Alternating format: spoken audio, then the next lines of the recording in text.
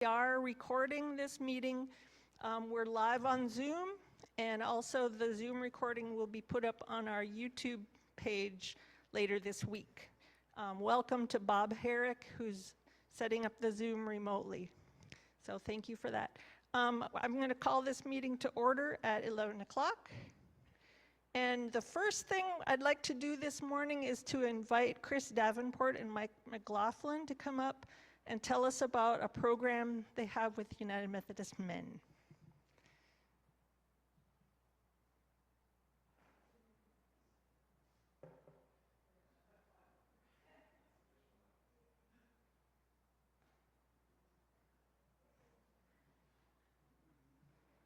Good morning. Thank you all for giving us just a few minutes. Appreciate it, Marcia. We just wanted to share something that's new. We started this year through the Methodist Men's Group. So Mike's the president of Methodist Men's Group, just newly elected for another year. And we started a group called United Methodist Men's Helping Hands. And So we're just out letting folks, or you all know, and others throughout the church that it's available and what we can do to help. So we have pulled together a group of volunteers within the Methodist Men's Group, and the idea or the thoughts behind what we want to do and accomplish is actually a ministry to our own church membership. So it's not a ministry outside the church, but a ministry to our own church membership. And so for those in our church who have gotten to where the things that they had done in their home or around their home, but for whatever reason, age, has gotten to where they can't lift as much, just do some things. We want to be the helping hand. And so whether it's you really don't need to get on a ladder anymore, we can come out and get up and change a light bulb that needs to be changed and is a little too high, or change the smoke detector alarm in your smoke detector. Just an example of a few things we've done so far is we had a member of the church who had hurt her hip, and in the process of being down with recovery or recovering from the hip surgery, she had to have some contractors come out to her house, and so she had to take pictures off the wall, she had to move furniture around, and she couldn't get it back. So we went out and we helped her sort that out. We've helped some members with cleaning the gutters on their home. If you have a really high two-story home, we're probably not going to do that, but if it's something that's not too dangerous, we'll help with things like that. We've helped here at the church with some brush cleanup. Most recently, Mike and another member helped with some irrigation repair here at the church. So those are some examples of things that we can do. And then the other thing about it is we don't ask that you pay if a part is needed or a light bulb or whatever. We don't ask that you pay for that. If you can, that's great. But we have a fund that we can take care of those things, and then some people have paid more than really is necessary for what was done, and that's paying it forward for the next person. So Mike always does a good job cleaning up what I say, so I'll let you add anything else you want to say, Mike. I think after a couple times, you got it down pretty good. I said he has it down pretty good. So it is important, I think, that we do this. We help the folks in the church. We don't ask you to pay. If you want to donate, that's fine. It'll go to the next group, the next people who maybe can't afford something. And, we do need some work, okay? When you start a project like this, you need to keep the volunteers busy. So if you have something, don't hesitate. Let us know. Thank you.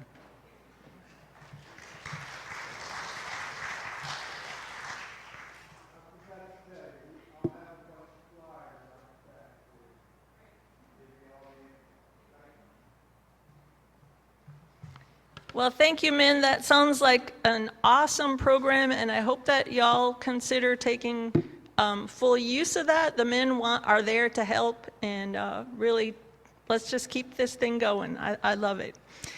All right, the next thing we're going to do is install our officers for this current year, started this month, 2026, through April of next year. And Pastor Germaine is here to help us with that. I'll have Germaine come up here, and she's going to call you forward one at a time. When the officers come up, get a candle from the basket and light it in this center candle, and then just stand here down below the railing so we can get a nice picture of you. Does that work? Thank you. Jermaine, I'm going to leave my stuff here.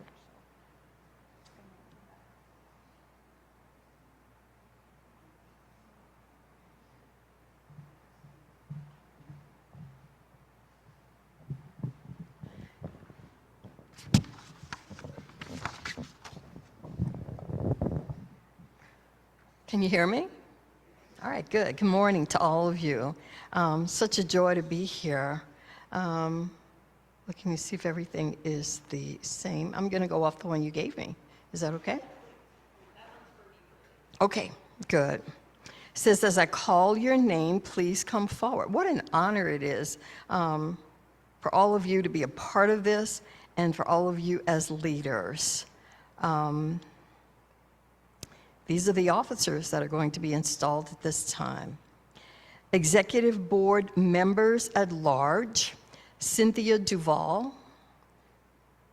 Did she not? Okay. Her husband was in the hospital. If you don't mind, let me just share that. And he was supposed to go home yesterday.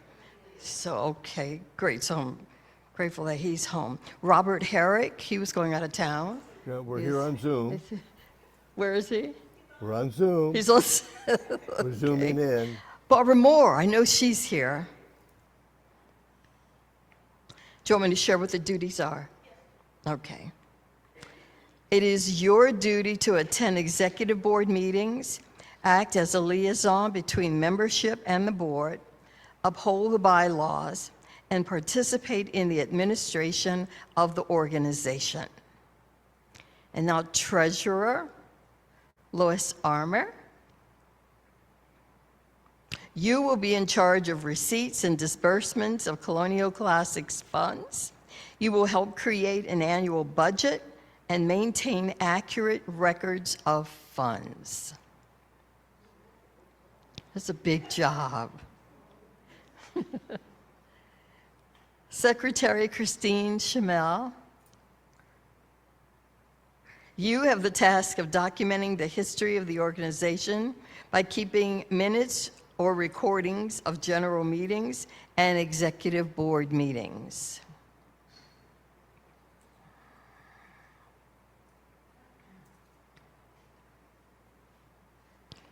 Vice President David Iyer. He stood present. You will participate in decisions of the executive board, provide support to the president by assisting with assigned duties, and in the absence of the president, you shall perform those duties as required. Yeah, everything that is asked of you. Yeah. And President Marcia Hildebrand, you shall prepare agenda material and preside at meetings of the executive board and monthly meetings of the general membership. You have leadership responsibility for the overall well-being of Colonial Classics. To all elected officers and board members, do you pledge to uphold the bylaws of this organization, to fulfill the duties and responsibilities of your position, and to serve to the best of your ability the members of Colonial Classics? If so, your response is, I do. I do. To all the members, these elected leaders are in partnership with all members and serve as representatives of Colonial Hills United Methodist Church.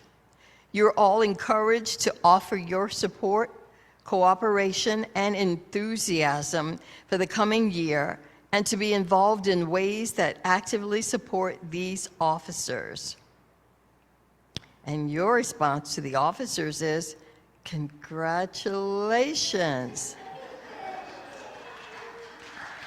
You are now officially installed as officers of the year 2026-2027. And I think pictures have been taken. Okay. I'm going to turn it over to the president. You're welcome. You're welcome. Thank you for inviting me. Thank you. You come all the time. I'll try to. Well, thank you and congratulations, team. Now I'd like to recognize members who will serve in other various roles to support Colonial Classics in this coming year. And as I call your names, do you want to come forward too, or do you want to just stand up where you are? I'll let you decide. Just stay where you are? Okay. So I'm going to read like the committees and other volunteers. Stand up so we can honor you and recognize you too. So our program committee, I don't see any of them here today. Nancy Cade, Cynthia Duvall, and Tony Hayes are part of the program committee, and they, working as a team, will arrange speakers or entertainment for our monthly meeting. And just to let you know, that team's been busy, and they have programs lined up already through January of next year. So, and then another one in April of next year already committed. So we're going to have some good programs to come. I'm excited about that. Our hospitality committee is Aida Alonso, Rebecca Davis, and Patty King. They're all working hard today to get our lunch ready. They're all here and working on our lunch, and they always help organize and coordinate lunches for our monthly meetings, either here or away. Thank you. You've done an amazing job. Our membership person is Judy Phillips, and Judy will keep updated records of dues paid, birthdays, and email addresses for all our members and our sign-in sheets. Thank you. For devotions, and we have Larry Kintner and Lynn Berry. Larry will open our monthly meetings with an inspirational message, and Lynn closes our monthly meetings with a blessing to send us out and bless our lunch. So Larry and Lynn, I know you're both here. Thank you. And then for AV and Zoom, Robert Herrick is doing his job right now. He hosts and records our meetings on Zoom and assists in the smooth operation of audiovisual and computer needs at meetings. And with that, I can't forget to mention Nate Finley, who's been helping us with all our AV needs for quite some time, and we'll look forward to having him at least until he's deployed. And for celebrating our birthdays, Becky Davis and Patty King are our birthday team. They provide and present flowers for members celebrating their birthday each month. Our photographer this year is going to be Bill Duvall when he's well. And in the meantime, we have David and Lynn and other members that are helping out. And then I'll continue to do the newsletter because it's so much fun, I don't want to give it up. So thank you to everyone. All right, so I think it's time for our opening thoughts from Larry, but I don't know where Larry went. So he did give me a script, and I'll just go ahead and get started with this, if that's okay. Hey, God. Hello.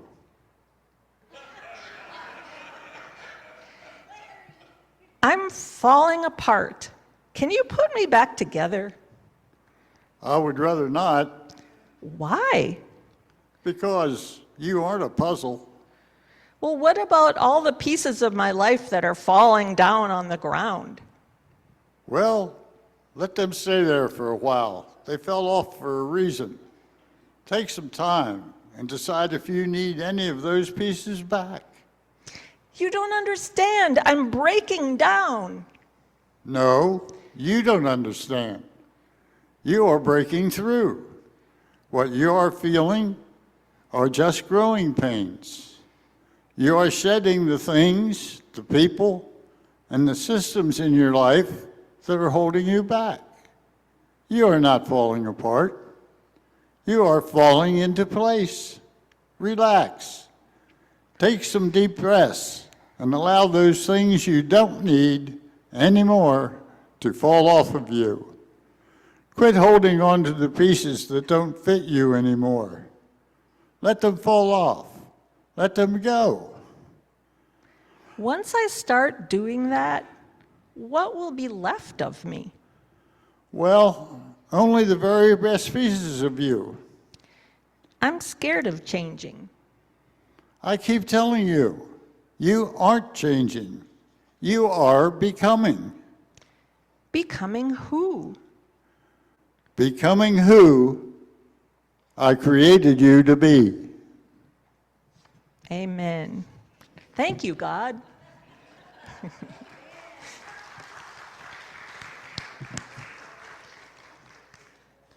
And thank you, Larry. You can come out now.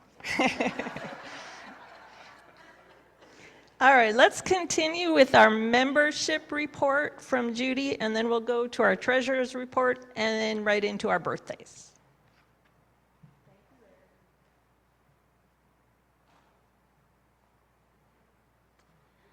Okay, today we have 29 members with us. We have 2 guests. We have Jackie Michaels and Judy Hummel. Thank you for coming. And of course, we're lucky enough to have Pastor Germain.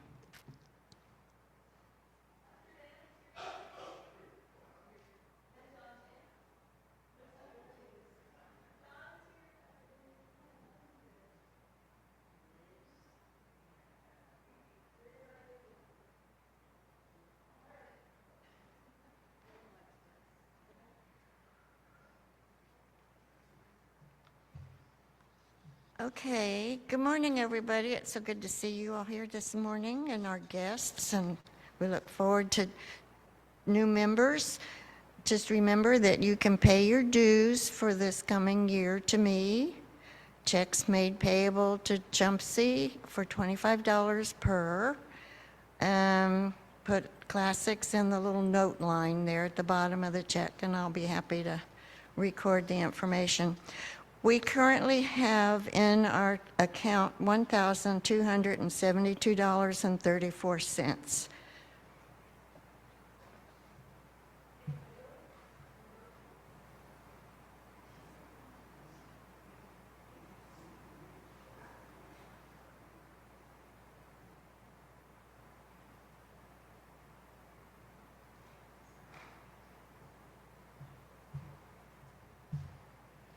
Hi, everybody. Birthdays for today are 2. One person I don't know, I've never met her before. And her birthday was on May the 1st. Her name is Patty King. And the second person is Blanche Reed. Her birthday is May the 27th. Are there any other May birthdays that we do not know about? Stand up if you are a May birthday. Ladies, come claim your flowers.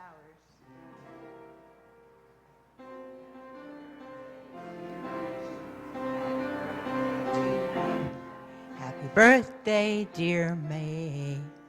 Happy birthday to you and many more.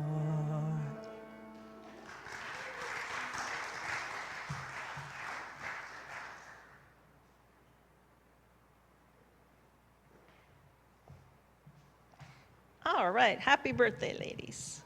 Okay, for old business, we don't have a lot. Today is our last day for the donation drive for Humane Society. And if anybody wants to go with me when I drop off the stuff, we haven't set a date or a time yet, so let me know if you're interested in going, and we can drive over there together, either just to drop off the items or to play with the puppies and kitties while we're there. So just let me know if you're interested in going. Any other old business before we move on? Marcia, New if you can hear business, me. there's a couple of things. Hello, Marcia, if you The can hear executive me. board is meeting a week from tomorrow, Tuesday, May 12th at 10 o'clock. And we're going to talk about a summer project, what we're going to do for the next few months, and make some other decisions with our first board meeting of the year. But if anybody's interested in coming, you're welcome to join us. Secondly, Games Day on May 26th, the last Tuesday of the month, will need to be rescheduled or canceled because the elections will be in there that day. And so I'm going to leave it up to the games people to decide if you want to move to another day. And then whatever you decide, let me know, and I can let the group know by email. The last new business that I have is not as happy. We do have a card today for everybody to sign for Georgina Schwartz. Georgina has metastatic cancer and does not have a good prognosis. But she loves the church, and especially Colonial Classics has meant a lot to her over the many years she's been a member. And so we want to send her a card to let her know that we're all here and that we love her and we miss her. And I'm going to take the card to her this afternoon, so make sure if you haven't signed it already that you do that before you leave today. And then later, either maybe next month or sometime soon, we will decide on what amount to use from our discretionary fund to make a donation in her honor. So that will still be discussed and decided. Probably we'll talk about it at the board meeting next week and maybe have some input from Georgina as to what's important to her and what she would like us to do in her honor. Any discussion about that or any questions?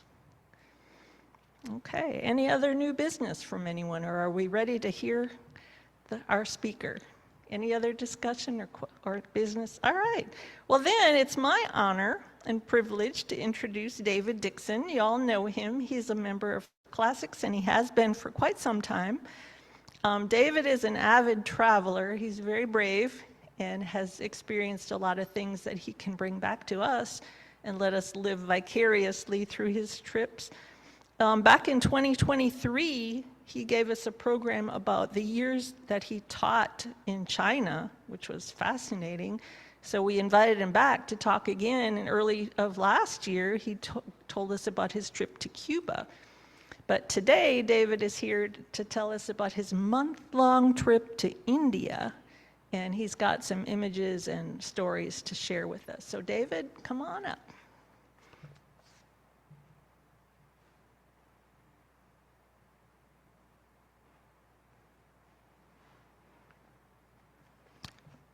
Well, good morning. Good to see you all.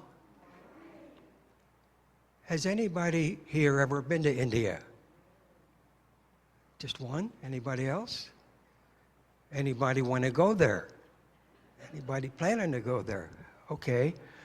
Well, I'll give you some of the highlights of my trip for a month, and you can decide whether you want to go there or not. If not, just think of it, I went to India so you don't have to.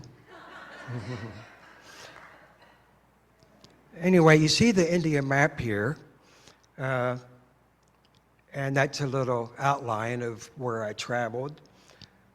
There are two main ways to get to India.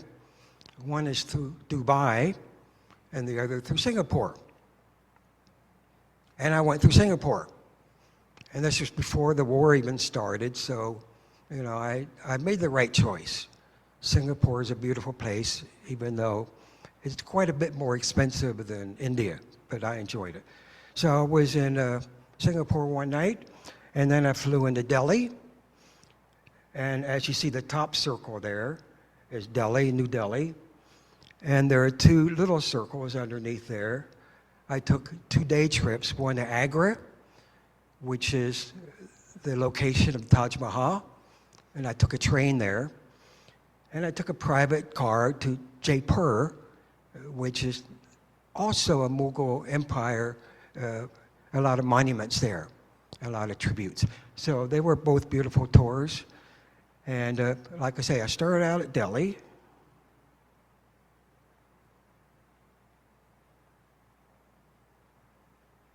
Oh, I clicked too many times.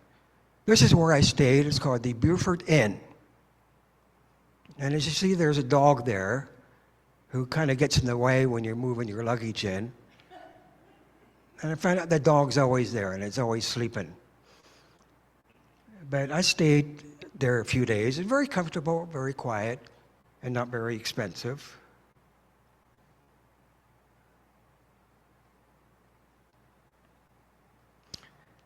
And this little guy, he's always sitting in front of the hotel. Maybe he's another mascot, I don't know. But yeah, that's right on the street there. So he's there all the time. And this is right next door, the Delhi International Happy School. I've always wanted to go to a happy school. My schools weren't that happy, but it's a happy school, but it looks like it's a secondary school. So I wouldn't qualify anyway. And like I say, I took a trip to Agra. I took a train there. And it wasn't this train. I think it was the train after this. It was a nice air-conditioned car I was in. It took about 2 hours to get to Delhi, to get to Agra rather. And from Agra, I had a tour guide meet me there and took me to the Taj Mahal. And you see this sign in Agra: do not feed, tease, stare at, touch, or disturb the monkeys. So I obeyed the sign. Monkeys do not like to be stared at. I don't want to take a chance of what might happen. And here's the beautiful Taj Mahal. If you ever go to India for one reason, this should be it. It's absolutely beautiful. It was built in 1631 by the Shah of the Mughal Empire at that time. And, you know, he built it for his third wife. He had 3 wives, and the third wife he especially loved because she produced a son. While the Mughal, he was a Muslim. They come from Persia originally. So, you know, a Muslim can marry 4 times. But he promised his third wife he would not marry again. He would not take a 4th wife. And he obeyed that promise. She died very young, and he died a few years after, and they're both buried in the Taj Mahal. And here's me. Now, the day I was there, it was 101 degrees. Can you imagine that? And you should see there's no shade anywhere around. So it's quite hot, but I loved it. The Taj Mahal, it's amazing. Even more beautiful than you can imagine looking at the picture. And the inside is beautiful too, but unfortunately you can't take pictures inside. And this gentleman, now he may have leprosy or some other skin disease, as you see, discoloration on his neck, on his hands. But it looks like he does have a dog there watching him, watching his flip-flop. But you see a lot of sad sights like this. You see a lot of people on the streets begging. And yes, leprosy is still there. It's still a bad disease. And I understand there's 200,000 cases, new cases, of leprosy every year. 60% of those are in India. And even some of them are in the US. I understand there's about 200 new cases discovered every year in the US, mainly in Central Florida, in Louisiana, and in Texas. And in the US, they're often spread by armadillos. Now, I don't think they have armadillos in India, but leprosy thrives in an environment with very poor nutrition, very poor sanitary conditions, poverty, and also, I think the old caste system has something to do with it too. Now, in 1950, the Indian government, they officially abolished the caste system. You know, they have untouchables at the bottom and But you can't change people's hearts. You can't change the culture that fast. So yes, it still does exist. And they're trying to make some inroads through affirmative action, discrimination laws, but still it's very, very difficult to wipe out. Now this is just a random photo near my neighborhood, near my Beaufort Inn, near the hotel I was staying in. And this is very typical of an Indian neighborhood. Apparently they don't have any zoning laws there. You see people with their laundry hanging out to dry. I see a bookstore there, household goods, motorcycles everywhere, and cars. Actually, this is on the street, and the car is driving there. Of course, in India, they drive on the left, thanks to the British. So India was part of the British Empire after the British took over from the Mughals. And in 1947, they became independent, which means India was partitioned. It was partitioned into the Muslims and the Hindus. Muslims were in Pakistan, and at that time they had West Pakistan and East Pakistan. East Pakistan, as you know, is now Bangladesh.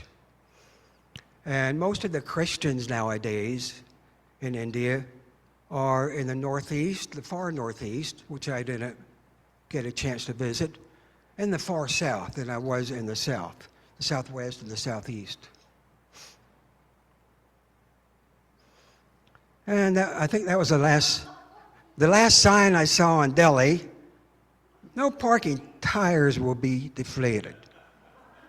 They used the British spelling notice. So I was about ready to leave Delhi then. Anybody ever see this before? The Gateway of India in Mumbai. Mumbai, you might know as Bombay. But this was built in 1924 by the British to commemorate the visit of George V to India, who visited in 1911.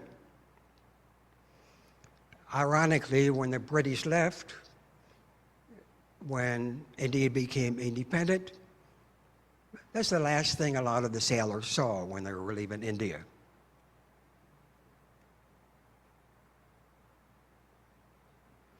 I just like the animals, dogs and cats. Dogs lie right in the middle of the street, cats watching them. And these cats are looking for shade anyway, but a lot of animals everywhere. And this is Mumbai on the Arabian Sea. And it's a beautiful sight there, seeing the city in the background, seeing these ladies in their beautiful dresses. I see the lady in the middle has blue jeans under her dress. I guess that's okay. And here is an Indian family. I think it was on a weekend, so they were having an outing for the day. Does this look familiar to anybody? Big Ben. Well, this was designed to imitate Big Ben. It's called the Rajabi Tower, and it was built in 1878 by the British, of course. And this is on the campus of the University of Mumbai, or the University of Bombay. But you can't go inside. The inside was closed. Another street scene, you see, it's very sad. This little girl, and I don't know if there's a mother and father or who's under the blankets there, but she has a little toy there. And I think this is in front of a subway station. You see a lot of people sleeping, even in the daytime. In the evening, a lot of the sidewalks turn into street markets. Now, the vendors there, some of them may be homeless, some of them not, but it's quite a sight to see. Anybody heard of Mahatma Gandhi?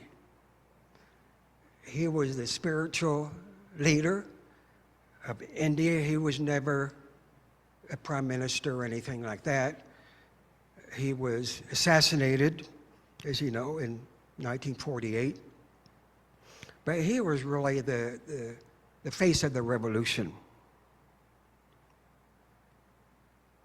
And this is his room. This is where he lived in Bombay. This is where he lived, I believe, from 1917 to 1934. A very simple life there.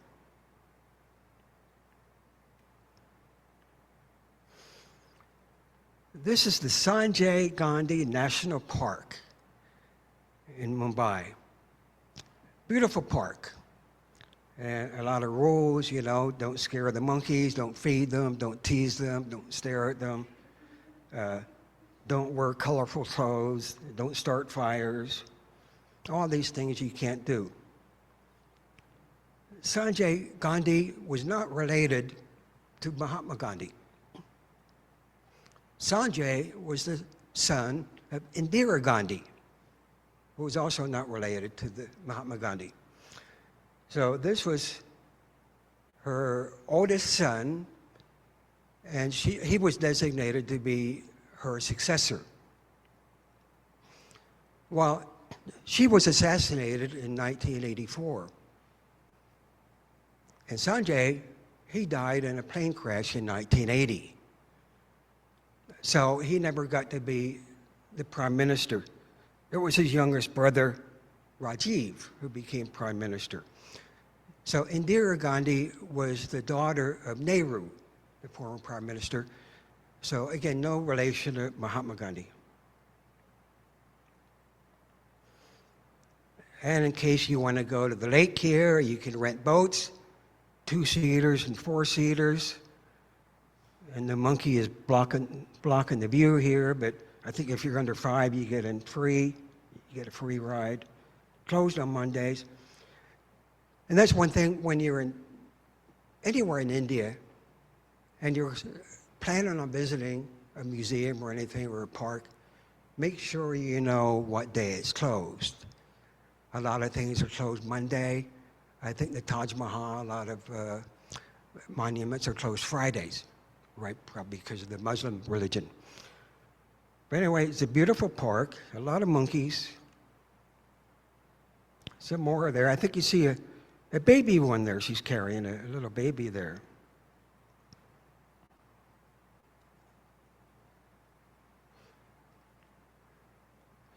And just a beautiful view there. Now, they do have a sign there saying they close at 6 p.m. Everybody should be gone by 6 p.m. And it says under the sign, leopards come out at night. I don't want to be around when the leopards come out. So I didn't stick around. I left pretty early.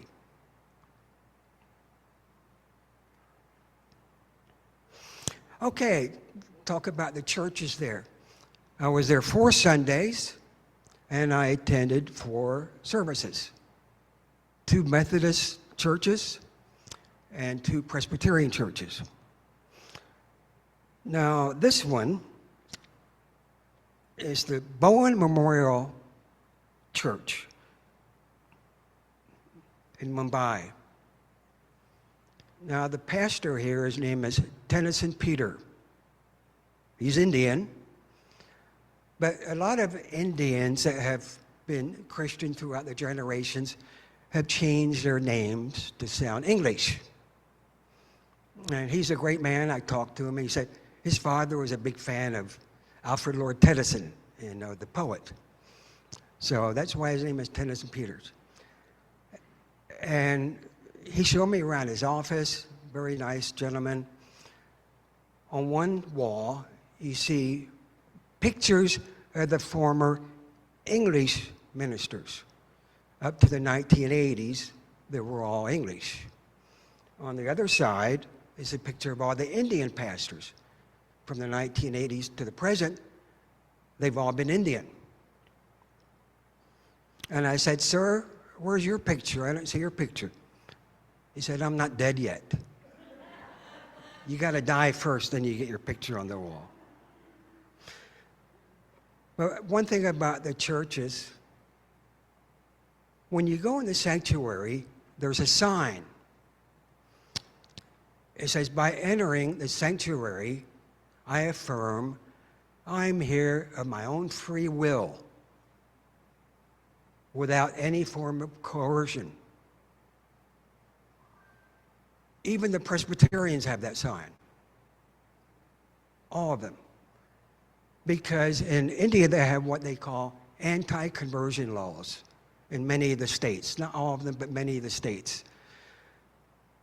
And that's used mainly against Christians and Muslims by the Hindu majority.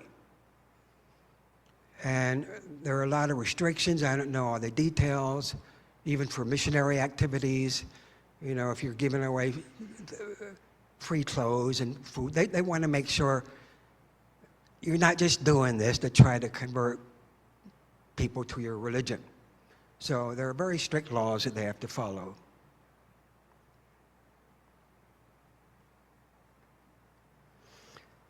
Now, this is another Taj Mahal, but this is the Taj Mahal Hotel in Mumbai, in Bombay.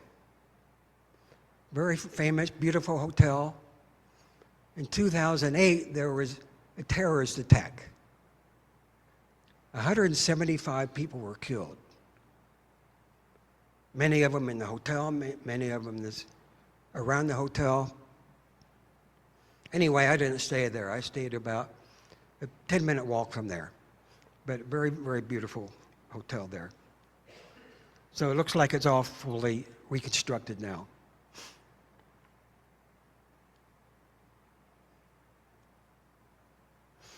Now I'm going to another city,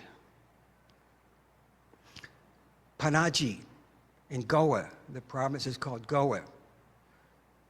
Goa was controlled by, anybody know what country? It wasn't England. Portugal. It was a Portuguese colony. And as you see from this beautiful home, there's a cross there. Right above the bush on the left, you see a cross, a white cross. You see a lot of crosses there and churches. And being Portuguese, a lot of them were Catholics. And the architecture, very beautiful. And I found this place to be one of the cleanest places I've seen in India. Another beautiful area. This is right outside my hotel room. I just love the Volkswagen, you know, it just fits right in there, in the picture there. Yeah. Now, when India partitioned into India and Pakistan, West and East, Goa was still controlled by the Portuguese. At that time, Portugal had a dictator named Salazar. You might remember that name. He was very stubborn. He didn't want to give up any Portuguese territory. And eventually, in Angola, Mozambique, there were revolutions that overthrew the Portuguese. Finally, in 1961, Goa became part of India. But there was a lot of fighting, a lot of needless death on both sides before that happened. And if you know anything about Portugal and the Portuguese, they love casinos. I was in Macau before it returned to China in 1999, and there are a lot of casinos in Macau too, and there probably still are. Now, these casinos you see here, in Goa they have a law. You cannot have any casinos on land. So these are on boats or barges or houseboats or whatever, but technically they're not on land, so they're allowed to have them. So yeah, casinos is their big attraction. The south part of Goa, a lot of beaches, and just like any other place, a lot of motorcycles.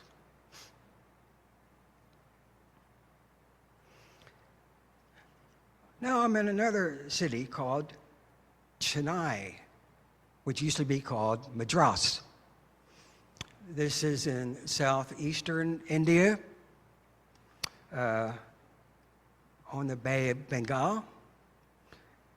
And I was looking for a church,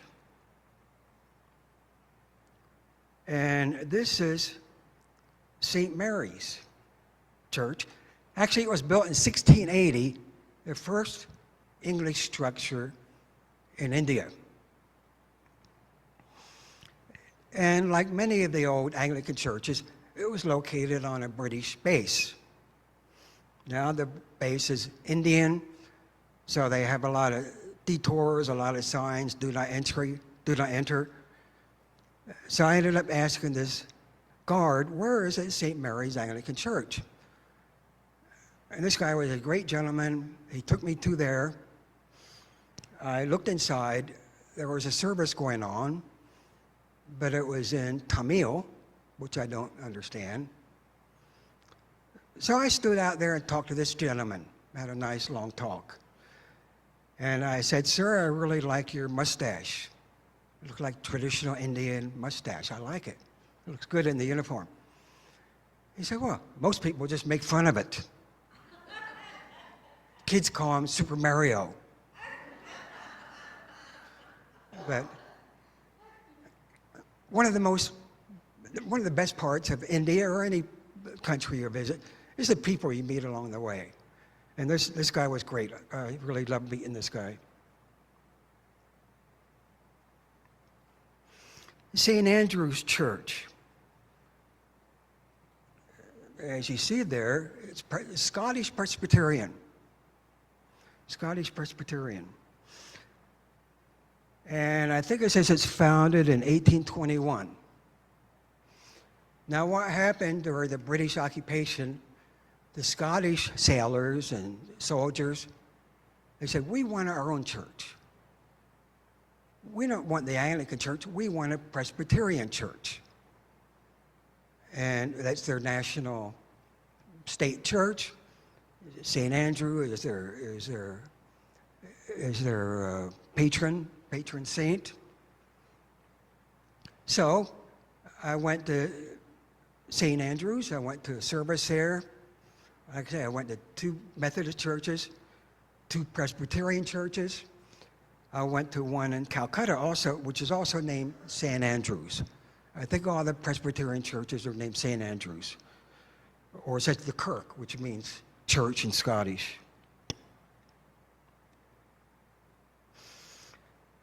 Anyway, one thing interesting about this church, there's a lot of leprosy, a lot of people with leprosy in India, and they would congregate at the front gate here of the church, knowing how kind-hearted Christians are. So the church leaders got together and talked to them saying, hey, you don't have to beg out here in the hot sun at the gate. You're welcome to come in our campus anytime. Sit under the trees, get some shade. And if you come here on a Sunday, we'll even feed you. You join us for lunch. So you would see people afflicted, obviously, with leprosy, join for lunch. And I joined them for lunch, too.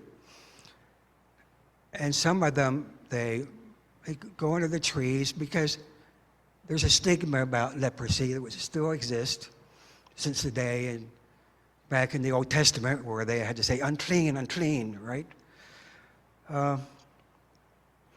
Anyway, they would come join us for lunch on Sundays.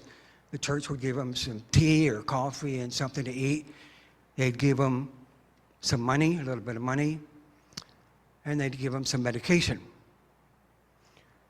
And one thing about leprosy, there is a cure. It can be treated. But many of these people have been afflicted with leprosy for many, many, many years, and it has a very long incubation period, sometimes up to 20 years. And also because of the stigma and because of the caste system, a lot of them went untreated. There's still about 750 leper colonies in India, although the government are trying to mainstream them a bit.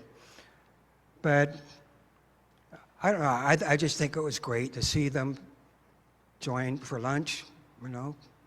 What would Jesus do, right? So that was a great experience. Now, this is a Catholic church. And it's called St. Thomas. I remember the Apostle Thomas from the Bible. Well, this is the St. Thomas Basilica.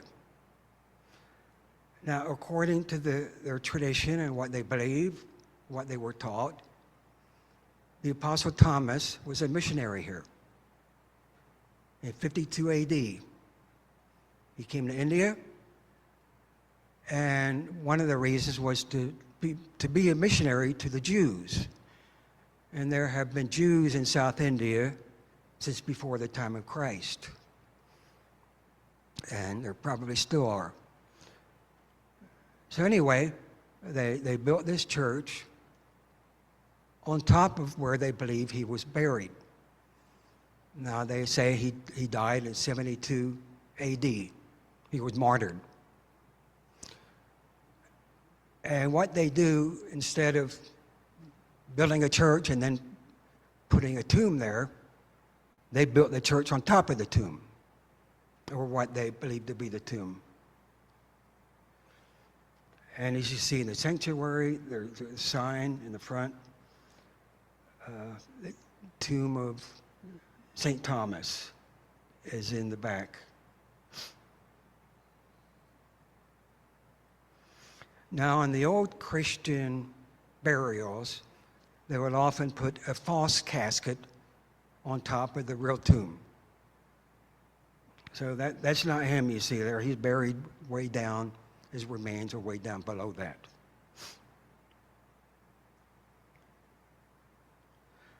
Okay, the next city I'm in has nothing to do with Christianity. Varanasi. Anybody heard of Varanasi? It's the Mecca of the Hindu religion. It's where Hindus go to die. Actually, they say a good Hindu goes there 3 times a year to the Ganges River, or they call it the Ganga. The Ganges River, they believe, is holy.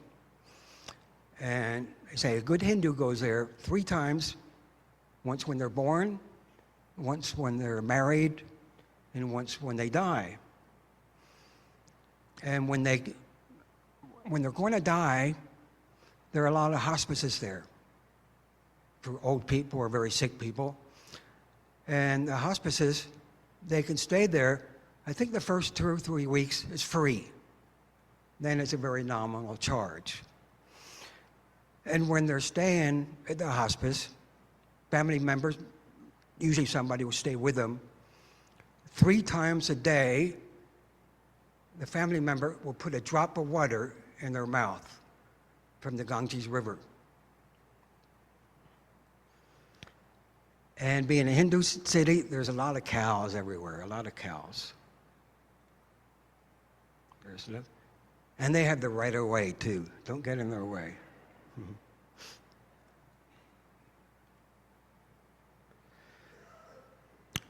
Okay, this is the Ganges River.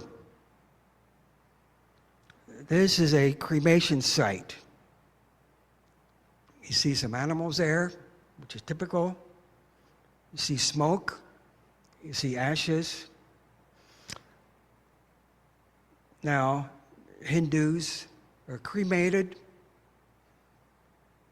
If they're indigent, if they have no money at all, sometimes the bodies are thrown into the river without cremation.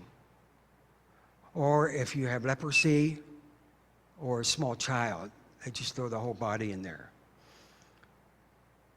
So you see, I got a closer up picture here. You see people down there. Only men are allowed to witness this activity because it's supposed to be a happy occasion. Why? Hindus believe when their ashes are thrown in the Ganges River, it stops the cycle of reincarnation. And even men, if men cry there, they're escorted out of there. Yeah. So these cremations go on, I think, all day and all night. I was there a couple of times, always burnings going on. Sometimes you see bodies carried through the street under a tarp, you know.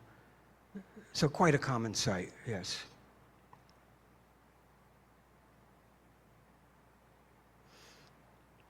I don't know if you can read this here, but it's some kind of a life management center. You can get lessons, and they have an age club.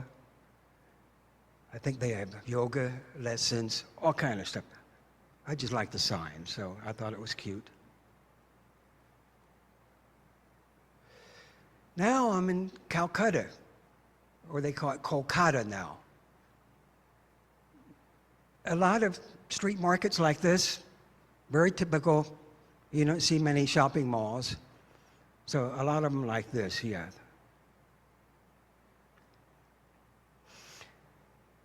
And this old couple here, you see him laying on that pallet there. Well, they also sell goods on that same pallet. And I think they're sleeping during the day. In the evening, the streets get very busy. So they have suitcases and boxes in the back there where they put their goods out and they sell them. Now, a very famous person lived here before. You all know Mother Teresa. This is where Mother Teresa lived and died. I think from 1970 to 1997 is when she passed. So, a very simple room. So, this is the entrance to the Missionaries of Charity. You see some sisters there, some nuns there.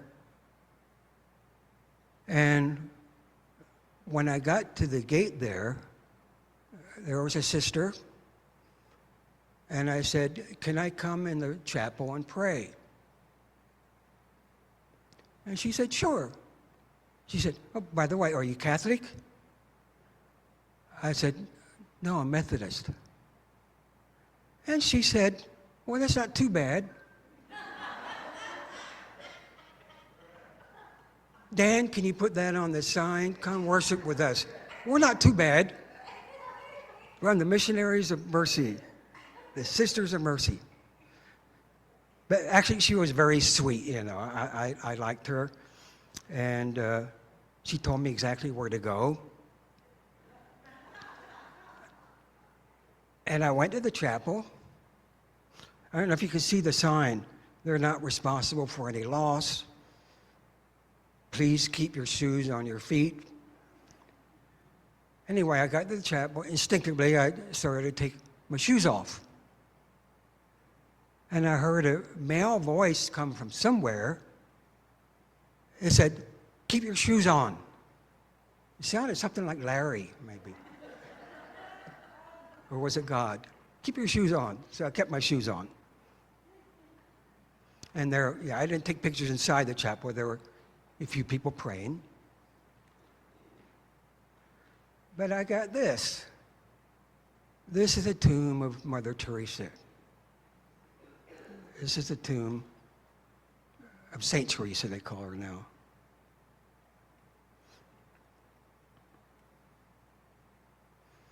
And there were a couple of sisters there praying. And a lot of them were sweeping up. I went there in the morning. And of course, they live there. The convents are there. So a lot of them, even on the second floor, maybe where their rooms are, a lot of them were sweeping. And the sign said outside, "Keep silent." So I kept silent.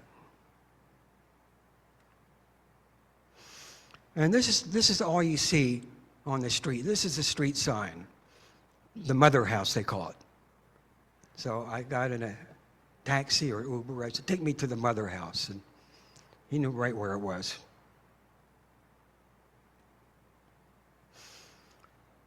Now in Calcutta, I stayed in this hotel. Actually, this was the most expensive hotel I stayed in throughout my trip. It's a 5-star hotel. I paid $75 a night. It was very nice. Rudyard Kipling stayed there, Mark Twain, and Nikita Khrushchev, among others.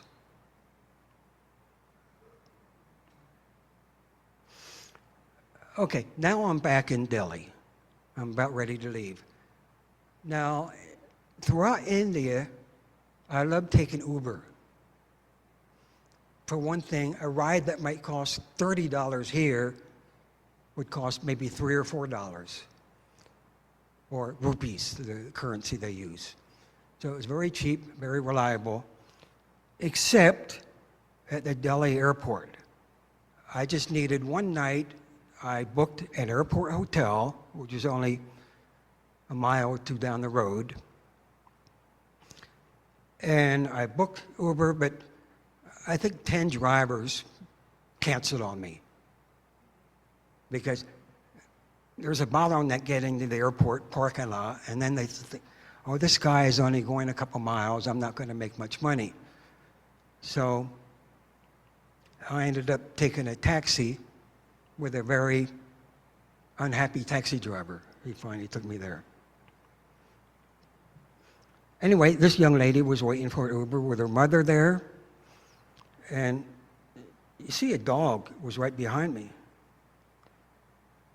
And I said, and she was looking at the dog. I said, do you like that dog?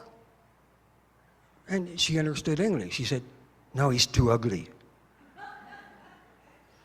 But she's very sweet, very pretty. And I like the dog, I like the animal. Somebody gave him something to eat there. It seems like there's always people feeding the animals there, especially the cows.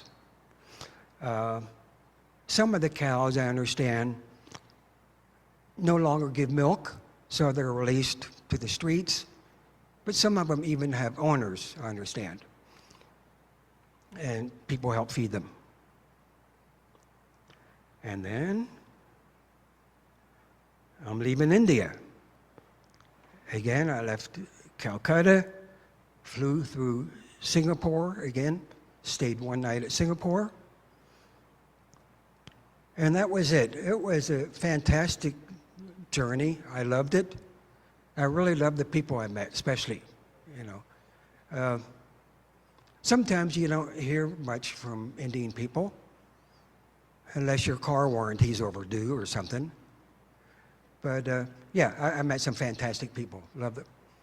Anybody have any questions? Yeah.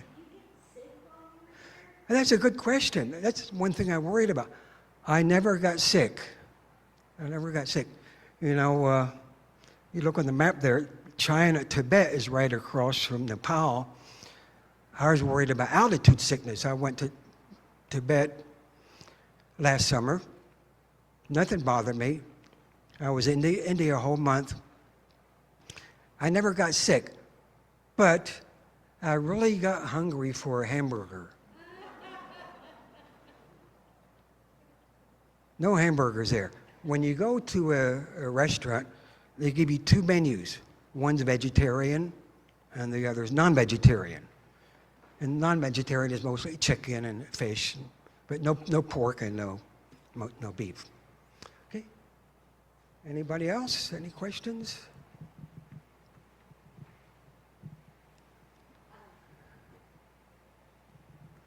I have a sister who once spent some time in India, and she said when she took a shower, sometimes the water came out of the shower dirty, like red. I know. Did you have any issues with the water there? I'm glad you didn't tell me this before I went. No. Was it a decent hotel or? Yeah, I was in Delhi too. Yeah, I didn't have any problems. The hotels I stayed in were 2-star, 3-star mostly, except for that 5-star that cost me $75.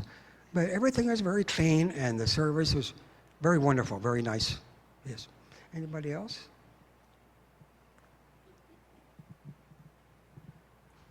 I'd always thought that India was Hindu all over, but you're saying Taj Mahal is Muslim? Yeah, And- Taj Mahal. Well, And then down, the Hindus are down in Kolkata? well, most of the Muslims now, either they went to Pakistan or Bangladesh, or they're around the border areas. I think around Agra itself, I think it's mostly Hindu now. Yeah, I think most of those cities are Hindu.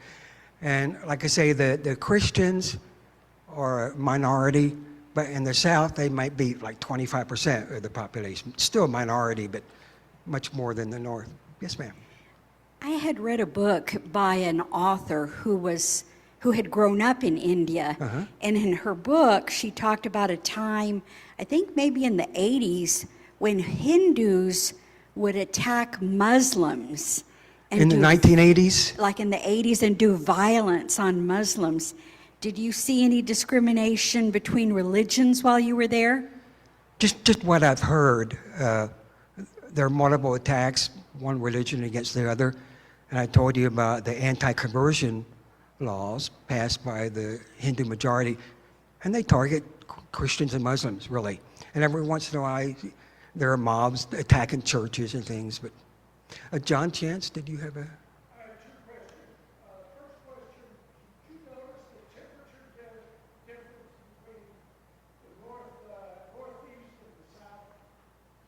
It was hot everywhere. I think it was hotter up north in Agra, in the Taj Mahal. Like I say, it was 101. Maybe it was unusual for that time of year. I was there March 11th, I think. And but the South, it was hot and humid. It was hot everywhere. Yeah, that's a good question. The monsoon season is June through October.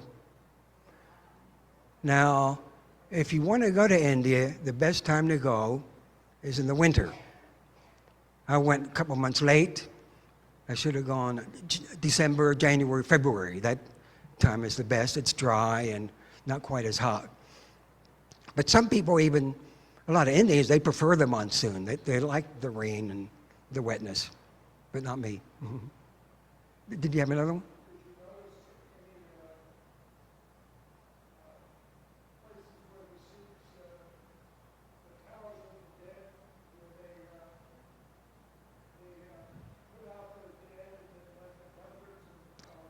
You talk about the Sikh area? No, I didn't really go there. As a matter of fact, when I was planning my trip, I was thinking, do I want to go for a whole month?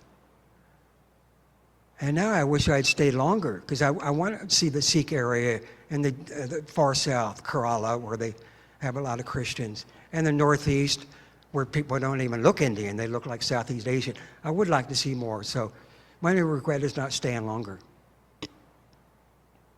Any more?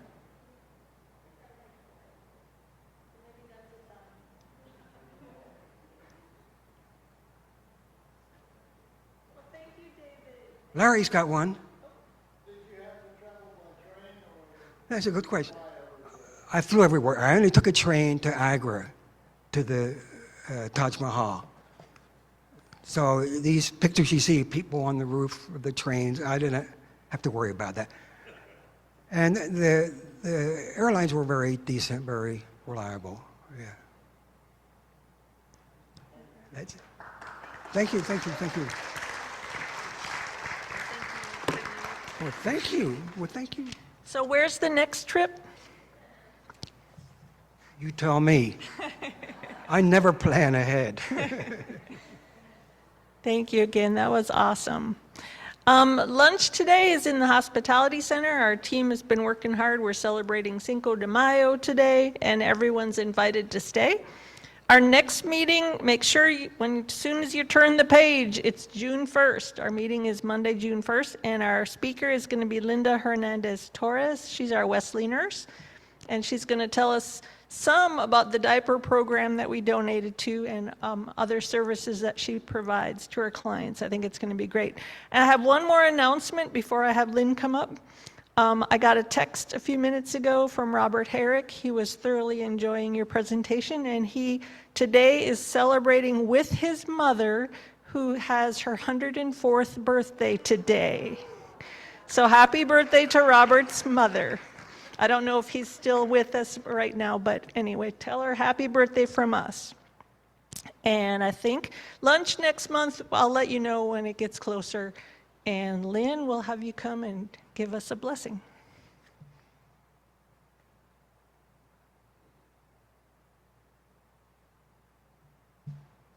Thank you so much, David. You fed us. Let us go to God in prayer. Heavenly Father, thank you for this time together. Thank you for all the ways we're enriched through our relationships, through information, through sharing our life together, and in sharing this meal. Guide us and direct us in all that we do, and help us to truly be your servants. In the name we pray, amen. Thank you, everyone, and our meeting is adjourned. Enjoy your lunch.